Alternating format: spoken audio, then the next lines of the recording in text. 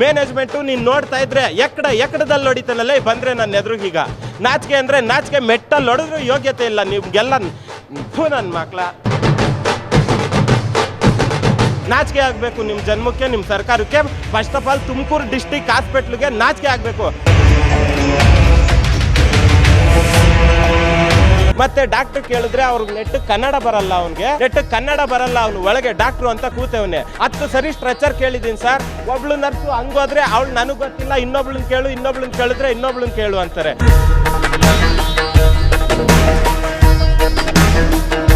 Stretcher ಕೇಳಿದ್ರೆ stretcher ಕೊಟ್ಟಿಲ್ಲ, ambulance ಬೇಡ ಸರ್, ನಾನೇ ಇದೇ ಕೈಯಾರೆ ನಾನೇ ಎತ್ಕೊಂಡು ಕಾರ ಕೂರಿಸಿದ್ರೆ ಅವಾಗ ಆಚೆ ಇದ್ದವ್ರು ಹೇಳ್ತಾರೆ ಇದೇ ರೂಮಿಂದ ನಾನು ನಮ್ಮ ತಂದೆನ ಕಾರ್ಗೆ ನನ್ನ ಕೈಯಾರೆ ಎತ್ಕೊಂಡು ಹೋಗಿದ್ದೀನಿ. ಒಂದು ವೀಲ್ ಚೇರ್ ಇಲ್ಲ, ಒಂದು ಸ್ಟ್ರೆಚರ್ ಇಲ್ಲ.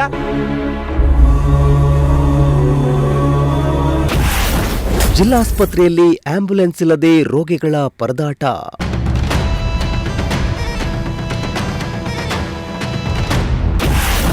ಸರ್ಕಾರಿ ಆಂಬ್ಯುಲೆನ್ಸ್ ಇಲ್ಲ, ಬೇಕಾದರೆ ಪ್ರೈವೇಟ್ಗೆ ಹೋಗಿ ಎಂದ ಆಸ್ಪತ್ರೆ ಸಿಬ್ಬಂದಿ.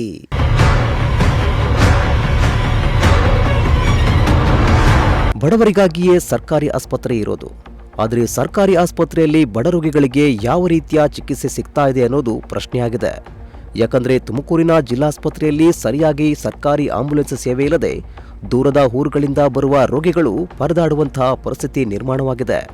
ಇನ್ನು ತುಮಕೂರಿನಿಂದ ಬೇರೆ ಕಡೆಗೆ ಏನಾದರೂ ರೋಗಿಗಳನ್ನು ರೆಫರ್ ಮಾಡಿದ್ರೆ ತುಮಕೂರಿನಿಂದ ಬೇರೆ ಕಡೆ ಹೋಗಲು ಸರಿಯಾಗಿ ಸರ್ಕಾರಿ ಆಂಬ್ಯುಲೆನ್ಸ್ ಸೇವೆ ಇಲ್ಲದೆ ರೋಗಿಗಳ ಕಡೆಯವರು ಖಾಸಗಿ ಆಂಬ್ಯುಲೆನ್ಸ್ಗಳ ಮೊರೆ ಹೋಗುವಂತಾಗಿದೆ.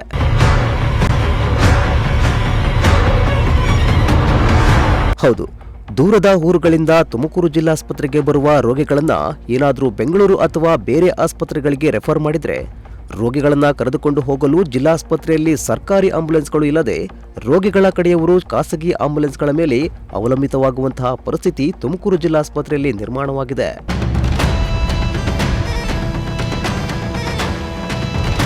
ಇಂದು ಪಾವಗಡದಿಂದ ತುಮಕೂರಿಗೆ ಬಂದಿದ್ದ ರೋಗಿಯನ್ನ ವೈದ್ಯರು ಹೆಚ್ಚಿನ ಚಿಕಿತ್ಸೆಗಾಗಿ ನಿಮಾನ್ಸ್ ಆಸ್ಪತ್ರೆಗೆ ದಾಖಲು ಮಾಡಲು ತಿಳಿಸಿದ್ರು.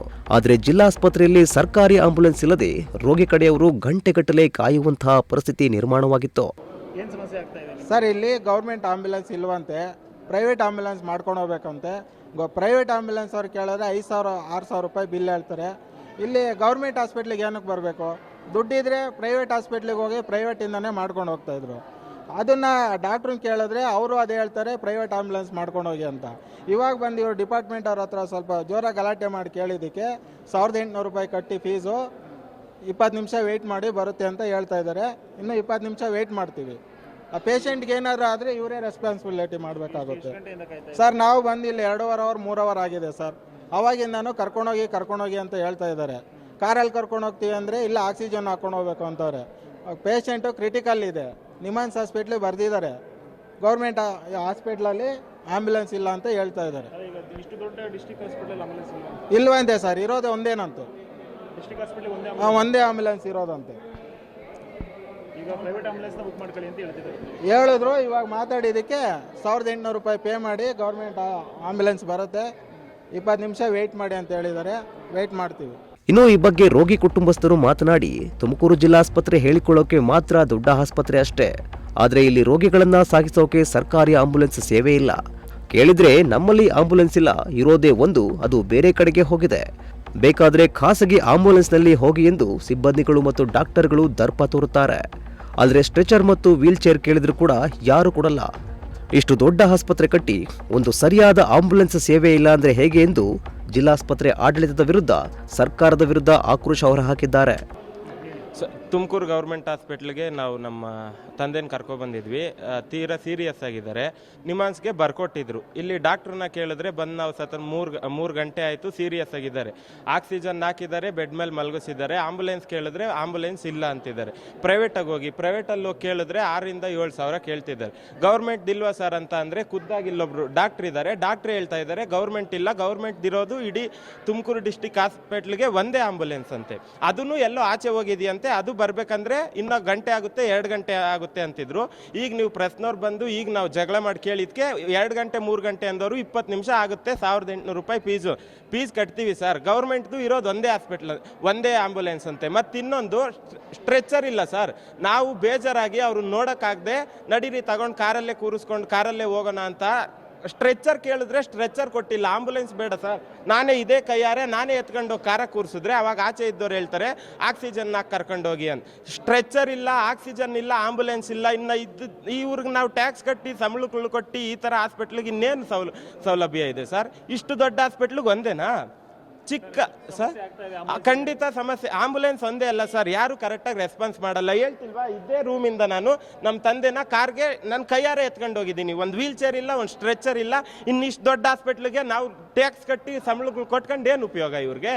ಮತ್ತೆ ಡಾಕ್ಟ್ರ್ ಕೇಳಿದ್ರೆ ಅವ್ರಿಗೆ ನೆಟ್ಟು ಕನ್ನಡ ಬರಲ್ಲ ಅವ್ನಿಗೆ. ಅವ್ನು ಹೇಳ್ತಾನೆ ನನ್ಗೇನು ಕೇಳ್ತೀವಿ, ಹೋಗಿ ಕಂಪ್ಲೇಂಟ್ ಮಾಡು ಅಂತ. ಇಲ್ಲಿ ಕಂಪ್ಲೇಂಟ್ ಮಾಡೋನೇ ತಿನ್ಬೇಕಾದ್ರೆ ಡಾಕ್ಟ್ರ್ ಇನ್ನೇನ್ರಿ ಮಾಡ್ತಾನೆ? ನಾಚಿಕೆ ಆಗ್ಬಾರ್ದ ಅವ್ರಿಗೆ? ನಾನು ನೀನು ಕಟ್ಟ ಟ್ಯಾಕ್ಸ್ ಆಗ್ತಾನೆ ಅವ್ನು ಸಂಬಳ ತಗೊಳ್ಳೋದು. ನೆಟ್ಟಗೆ ಕನ್ನಡ ಬರಲ್ಲ ಅವನು, ಒಳಗೆ ಡಾಕ್ಟ್ರು ಅಂತ ಕೂತವನೆ. ಬಂದು ಸ್ಟ್ರೆಚರ್ ಕೇಳಿದ್ರೆ ಕೇಳಬೇಕಿತ್ತು. 10 ಸರಿ ಸ್ಟ್ರೆಚರ್ ಕೇಳಿದ್ದೀನಿ ಸರ್. ಒಬ್ಳು ನರ್ಸು ಹಂಗೋದ್ರೆ ಅವಳು ನನಗೆ ಗೊತ್ತಿಲ್ಲ, ಇನ್ನೊಬ್ಳನ್ನ ಕೇಳಿದ್ರೆ ಇನ್ನೊಬ್ಳನ್ನ ಕೇಳು ಅಂತಾರೆ. ಒಂದು ಸ್ಟ್ರೆಚರ್ ಕೊಡೋಕೆ ಹೋಗ್ತಾ ಇದ್ಮೇಲೆ ಇನ್ನೇನು ಕ್ರೀ ಮಾಡ್ಬೇಕು? ಇಂಥ ದೊಡ್ಡ ಹಾಸ್ಪಿಟ್ಲಿಗೆ ನಾವು ಟ್ಯಾಕ್ಸ್ಗಳು ಕಟ್ಕೊಂಡು ನಾಚಿಕೆ ಆಗಬೇಕು. ನಿಮ್ಮ ಜನ್ಮಕ್ಕೆ, ನಿಮ್ಮ ಸರ್ಕಾರಕ್ಕೆ. First of all Tumakuru district ಹಾಸ್ಪಿಟ್ಲಿಗೆ ನಾಚಿಕೆ ಆಗಬೇಕು. ಮ್ಯಾನೇಜ್ಮೆಂಟು ನೀನು ನೋಡ್ತಾ ಇದ್ರೆ ಎಕ್ಕಡದಲ್ಲಿ ಹೊಡಿತಾನಲ್ಲ ಬಂದರೆ ನನ್ನ ಎದುರುಗೀಗ. ನಾಚಿಕೆ ಅಂದರೆ ನಾಚಿಕೆ, ಮೆಟ್ಟಲ್ಲಿ ಹೊಡೆದ್ರು ಯೋಗ್ಯತೆ ಇಲ್ಲ ನಿಮ್ಗೆಲ್ಲ.